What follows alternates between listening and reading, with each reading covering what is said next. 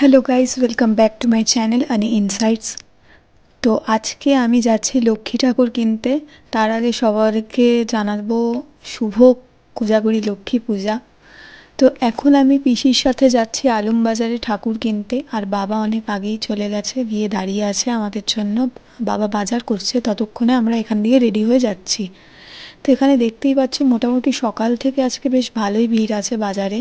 এখানে যে নারকেল, ফল, মানে যাবতীয় যা যা প্রয়োজনীয় জিনিস সবাই বাজার কাকুগুলো নিয়ে চলে এসছে বিক্রি করার জন্য। কাকুরা, দিদিরা সবাই। এখানে কত ঠাকুরও দেখতে পাচ্ছ। তো আমরা এখান থেকে একটা দোকানে আরও এগিয়ে গিয়ে একটা দোকান থেকে আমাদের ঠাকুরটা কিনে নিলাম। তার সাথে পিসিও ঠাকুর কিনলো। পিসির ঠাকুরটা একটু ছোট ছিল, কারণ পিসি সঙ্গে সঙ্গেই বিসর্জন দিয়ে দেয়, মানে পুজোর পরের দিনই, মানে পূর্ণিমাটা ছাড়লে আর কি। আর আমাদের ঠাকুরটা 1 বছর ধরে থাকেই, তো অল্টারনেট করে আসে, আগের ঠাকুরটা চলে যায়, পুজো হয়ে গেলে নতুন ঠাকুরের, তো নতুন ঠাকুরটা তখন যেখানে পুরনো ঠাকুর থাকে সেখানে থাকে। তো আমরা এখান থেকে রিক্সা করে ডাইরেক্ট চলে এলাম বাড়ি ঠাকুর কিনে। ওখানে বাকি বাজারটা বাবা করছিল, আমাদেরকে রিক্সায় তুলে দিয়েছিল। এই যে এখানে ছোটো ঠাকুরটা রাখা আছে, বড় ঠাকুরটাও পাশেই রাখা রইলো, পরে এটা আমি ওপরে নিয়ে যাব। তো যাই হোক, এখানে আমাদের অনেক বেলা হয়ে গেছিলো, তো আমি বাড়ি এসেই ফটাফট চান করে নিলাম, শ্যাম্পুও করে নিলাম, কারণ পুজোর দিন আর বহুত দেরি হয়ে গেছিলো সেদিন আমার। ঠান্ডাও লাগছিলো প্রচণ্ড, কী করব, কিছু করার নেই।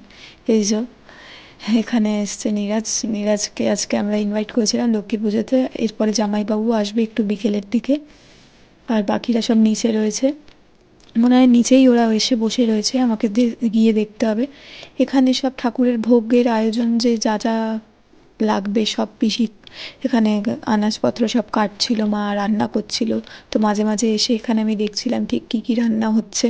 তো এখানে আলুর দমটা হচ্ছিল, আর এই ভারী কড়াটার দায়িত্ব মা আমাকে দিয়েছিল, কিন্তু আমি ওকে দিয়ে দিয়েছি ভিডিও করব বলে, যে তুই এটা নিয়ে নাম, আমি ভিডিওটা করি ভালো করে, নয়তো ওই কড়া ধরতে গিয়ে আমার ভিডিও আর করা হবে না।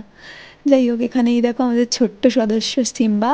এটা হচ্ছে আমার একটা ক্যাট, ফিমেল ক্যাট আছে, ও বাচ্চা দিয়েছে রিসেন্টলি। এই যে এই ক্যাটটাই কালোটা যেটা বসে আছে, এই যে দেখাচ্ছি, এটা হচ্ছে শিরু।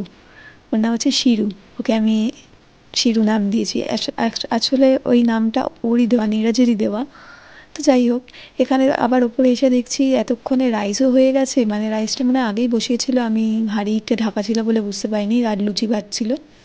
তো বাইরের ডেকোরেশনটা একটু তোমাদেরকে দেখিয়ে দিই। আমরা সেরকমভাবে ডেকোরেশন করি না, একটু গেটে লাইট দিই, কিন্তু একটু লাইট দেওয়াতেই যেন আলাদাই চমক দেয়, মানে আলাদাই দেখতে লাগে।